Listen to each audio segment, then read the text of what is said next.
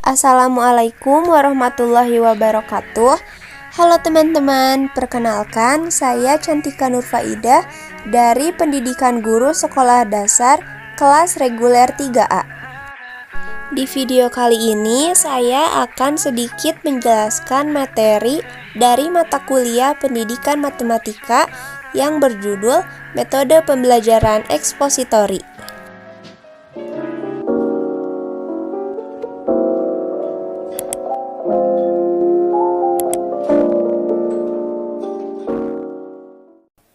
Ekspositori? Apa itu ekspositori? Definisi metode ekspositori. Metode pembelajaran ekspositori adalah metode pembelajaran yang menekankan pada proses penyampaian materi secara verbal dari seorang guru kepada sekelompok siswa dengan maksud agar siswa dapat menguasai materi pelajaran secara optimal. Dalam strategi ini, materi pelajaran disampaikan langsung oleh guru.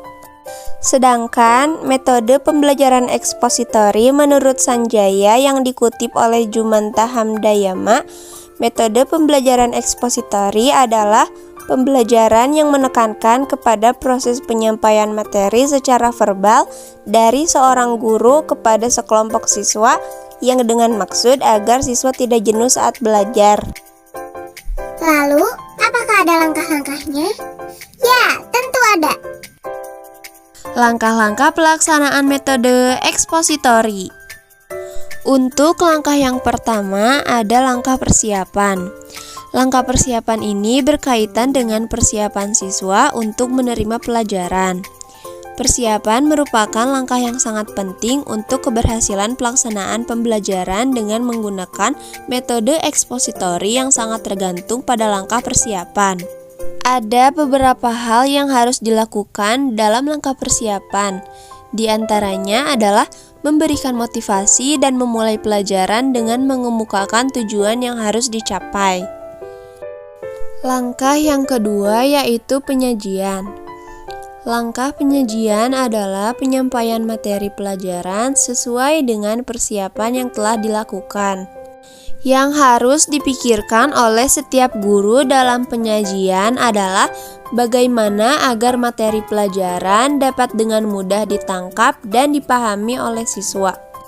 Oleh karena itu, ada beberapa hal yang harus diperhatikan dalam pelaksanaan langkah ini, yaitu penggunaan bahasa yang mudah dimengerti oleh siswa, intonasi yang tepat, dan menjaga kontak mata dengan siswa. Langkah yang ketiga yaitu kolerasi. Langkah kolerasi adalah langkah yang menghubungkan materi pelajaran dengan pengalaman siswa atau dengan hal-hal lain yang memungkinkan siswa dapat menangkap keterkaitannya dalam struktur pengetahuan yang telah dimiliki oleh siswa. Langkah yang keempat yaitu menyimpulkan. Langkah menyimpulkan merupakan langkah yang memahami inti dari materi pelajaran yang telah disajikan.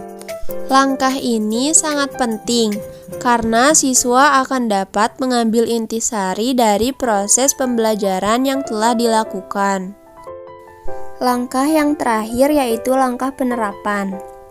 Langkah penerapan adalah unjuk kemampuan siswa setelah proses pembelajaran berlangsung. Penerapan ini sangat penting karena melalui langkah ini, guru akan mengumpulkan informasi tentang penguasaan dan pemahaman materi pelajaran oleh siswa. Teknik yang biasa dilakukan pada langkah ini adalah dengan membuat tugas yang relevan dengan materi yang telah disajikan dan memberikan tes yang sesuai dengan materi pelajaran yang telah disajikan. Guru juga bisa memberikan tugas berupa proyek atau produk sesuai dengan materi. Ada gak sih kelebihan dari ekspositori ini? Adalah. Kelebihan metode ekspositori. Kelebihan dari metode ekspositori ini adalah yang pertama, guru bisa mengontrol urutan dan keluasan materi pembelajaran dan guru dapat mengetahui sejauh mana siswa menguasai bahan pelajaran yang disampaikan. Yang kedua, metode pembelajaran ekspositori ini dianggap sangat efektif apabila materi pelajaran yang harus dikuasai cukup luas dan waktunya terbatas.